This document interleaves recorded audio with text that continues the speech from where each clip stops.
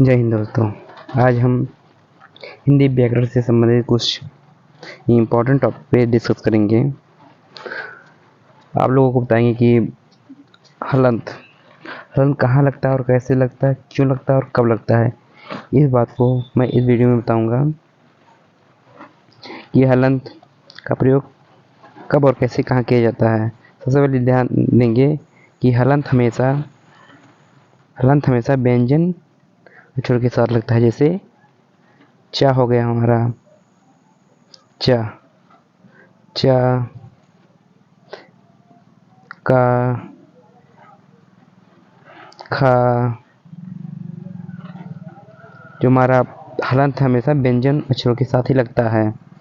जैसे हमारा ये हो गया का।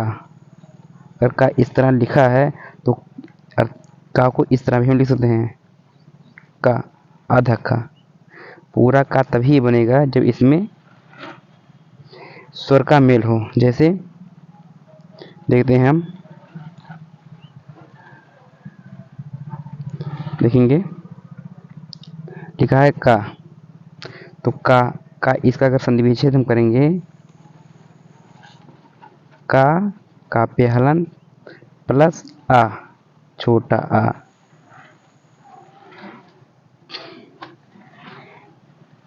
का और आ से मिलके, आधा का और आ से मिलके हमारा का बना है।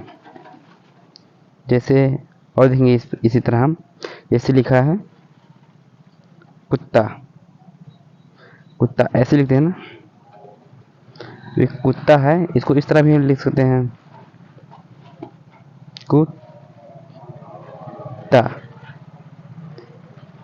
अगर ये ता बीच में है, अगर किसी स्वर के साथ हम मेल करा देंगे तो ये पूरा बन जाएगा, यानी ये हट जाएगा हमारा।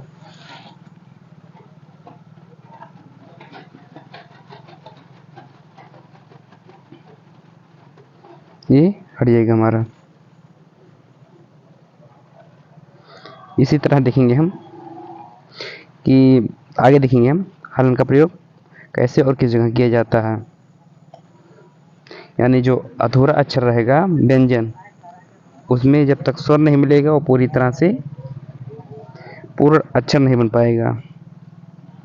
जैसे देख, कुछ अक्षरों के साथ हलन बहुत जरूरी होता लगनी। जैसे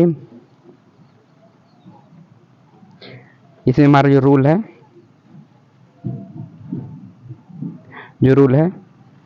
रूल हमें ये बताया कि हलंत का प्रयोग हम किस जगह और कब और क्यों करते हैं। हलंत का प्रयोग हम मान,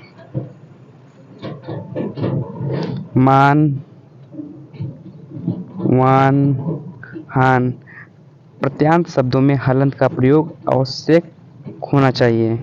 यानी जिस शब्द के लास्ट में मान, वान, हान आए तो वहाँ पर हलंत का प्रयोग अति आवश्यक है। जैसे एग्जाम्पल में देखेंगे हम, जैसे श्रीमान, श्रीमान में मान शब्द आया है, इसके लास्ट में क्या है, मान आया है, तो इसमें हम हलंत लगाए श्रीमान। नाम में हलंत लगा है। वान, इसी तरह देखेंगे वान, यहाँ पर है विद्वान, वान नाम में भी हलंत लगा है। ऐसे देखेंगे आयुष्मान, ना इसमें भी नाम में हलंत लगा क्योंकि लास्ट में मान आया और ऊपर क्या दिया है, मान, वान, हान प्रत्यांत शब्दों में हलन का प्रयोग करते हैं। आगे देखेंगे हमारा अगला रूल क्या है। अगला रूल हमारा है प्रथम, पंचम, षष्टम, सप्तम, अष्टम, नवम और दशम में हलन का प्रयोग नहीं किया जाता है। यानी जो प्रथम लाइन है और पंचम लाइन है, षष्टम, सप्तम, अष्टम, नवम और दसम लाइन है, उसमें हलंत का प्रयोग नहीं किया जाता है। अगला रूप से देखेंगे,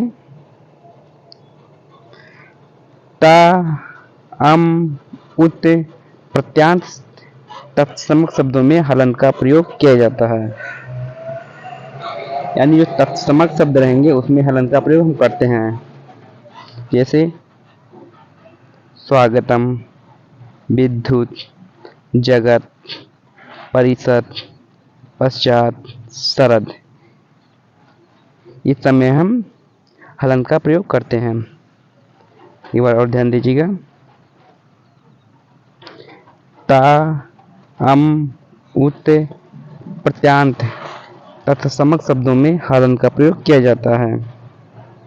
अगला रूल हमारा क्या है देखेंगे,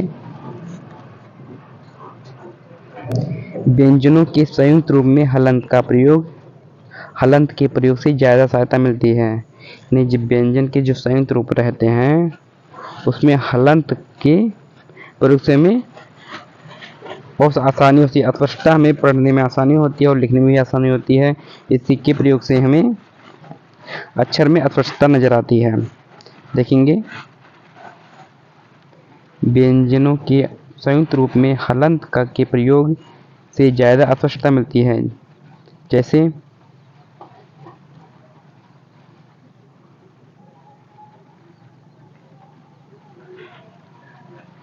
जैसे में लिखेंगे हम, विद्या, शुद्ध, कुत्ता। ऊपर आप लोगों को बताया था कि जैसे कुत्ता लिखा है, कुत्ता, कुत्ता जो इसमें अर्हता है उसमें इस तरह भी हम लिख सकते हैं जिससे अक्षरों में अस्पष्टता नजर आती है। ता, इससे ये पता चलता है कि जो ता है मिडिल में हमारा जो ता है आधा, वो अधूरा है।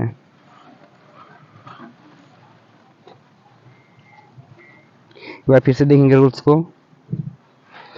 पहला रूल्स हमारा है, मान, वान, हान प्रत्यांत शब्दों में हलंत का प्रयोग आवश्यक होना चाहिए। अगला हमारा है, प्रथम, पंचम, षष्टम, सप्तम, अष्टम, नवम और दसम के में हलंत का प्रयोग नहीं किया जाता है। इस बात को आप लोग विशेष तौर पे ध्यान दीजिएगा।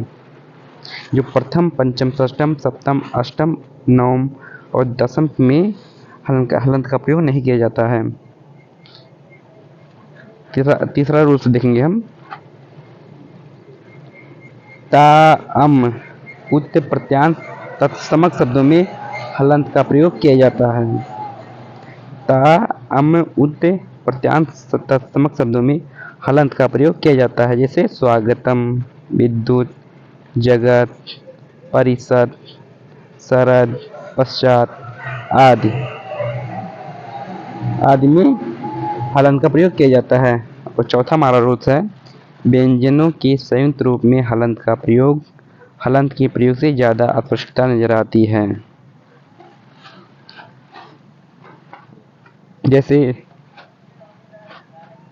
जैसे विद्या, शुद्ध, कुत्ता, परिसिद्ध, ज्योत्सना, उज्ज्वल।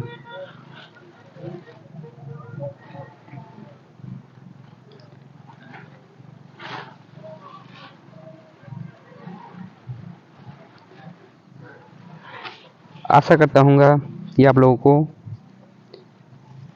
हलंत का प्रयोग समझ में आ गया होगा।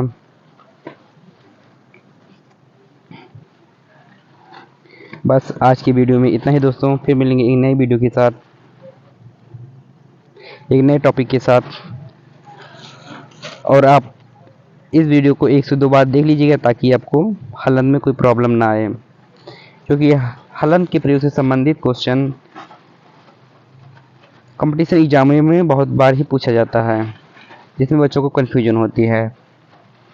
आप लोग हलंत का प्रयोग विशेष तौर पे याद रखिएगा।